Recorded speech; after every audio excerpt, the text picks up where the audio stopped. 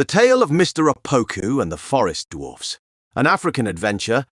Once upon a time in a small village named Santaasi, deep within a dense and mysterious forest, there lived a hunter named Mr. Opoku. Mr. Opoku was known throughout the village as a skilled and fearless hunter, but he was also known for being quite careless and sometimes selfish.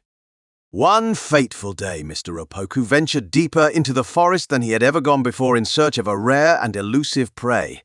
As he trekked further into the thick underbrush, he became disoriented and lost his way.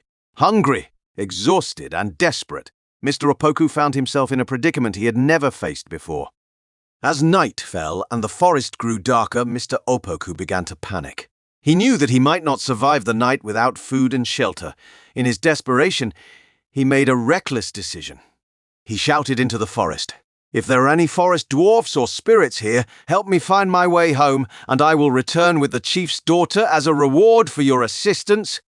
Little did Mr. Opoku know that deep within the forest, hidden from the eyes of humans, lived a community of forest dwarfs who were guardians of the woodland. They had been observing him all along, and his promise had reached their ears. The forest dwarfs, intrigued by Mr. Opoku's promise, decided to reveal themselves to him. They appeared before him in all their mystical glory, their tiny forms surrounded by an aura of magic.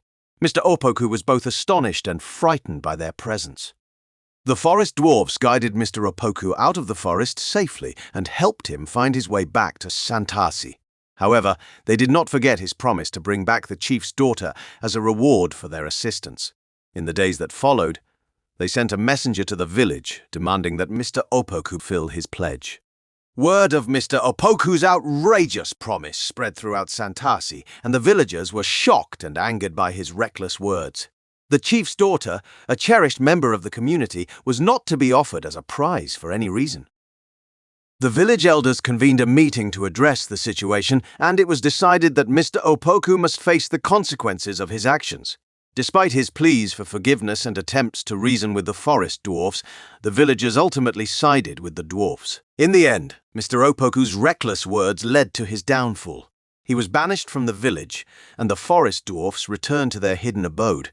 The tale of Mr. Opoku and the forest dwarfs served as a cautionary story for generations in Santaasi, reminding them of the importance of keeping their promises and the consequences of making rash commitments, even in moments of desperation.